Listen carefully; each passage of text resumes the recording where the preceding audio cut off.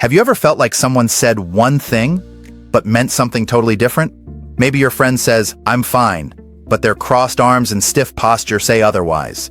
Today, we're diving into the subtle world of body language, how to read it, interpret it, and most importantly, how to use it to improve everyday conversations. Body language is everything unsaid. Gestures, posture, eye contact, tone, even silence. Psychologists say over 60% of communication is nonverbal. That means understanding body language gives you a massive edge, whether you're on a date, in a meeting, or just hanging out with friends. Let's break it into 3 zones: face, arms and hands, and posture. Face. Watch for micro expressions, those tiny flickers of real emotion. Example: I once asked my friend if he liked the gift I got him. He smiled, but his eyebrows momentarily furrowed. Turns out he already had it. His face told the truth before his words did. Arms and hands. Crossed arms equals closed off? Sometimes. But I once assumed a coworker was uninterested during a team huddle. Arms folded, looking away. Turns out he was just cold. Context matters.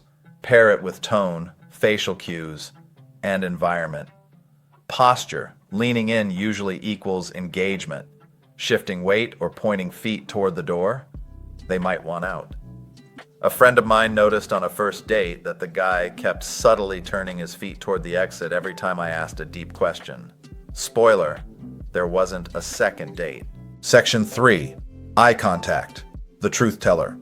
Too much eye contact can feel aggressive. Too little could mean discomfort or even dishonesty. Real life example. I had a client who avoided eye contact every time we discussed money. Once I caught that pattern, we addressed his discomfort with budgeting, and things finally progressed. Section 4. The rule of clusters. Speaker. One body language signal isn't enough to draw a conclusion. Look for clusters, 2 or more signals that support each other. Example: if someone is nodding, making eye contact, and leaning forward, they're likely interested. But just nodding with flat eyes and checking their phone? That's autopilot mode.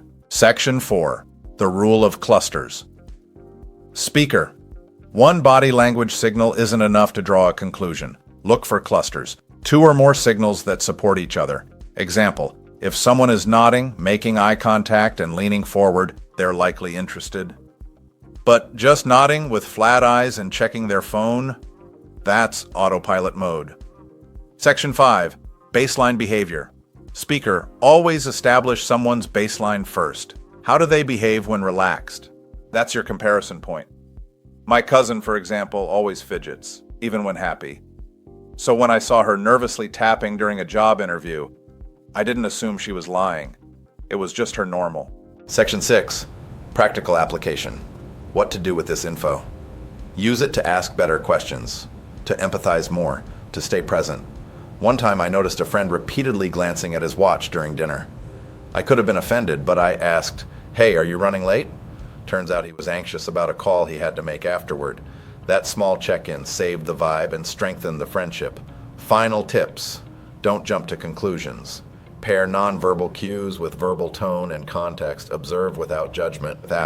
Body language isn't about catching lies or playing detective. It's about connection. The better you get at reading what's not said, the more authentic your relationships become.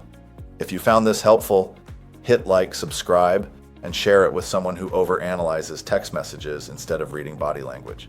Until next time, stay curious and stay human.